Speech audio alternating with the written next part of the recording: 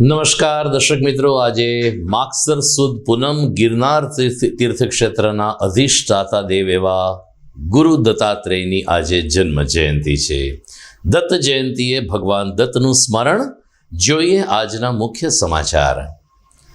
ગિરનાર ઉપર દત્ત શિખરથી લઈ ભવનાથ તીર્થક્ષેત્રમાં દત્ત જયંતિની ધામધૂમથી ઉજવણી કરવામાં આવી. પાદુકા પૂજન, પાલખી યાત્રા અને દત્ત બાવની પાઠમાં જોડાતા ભાવિકો.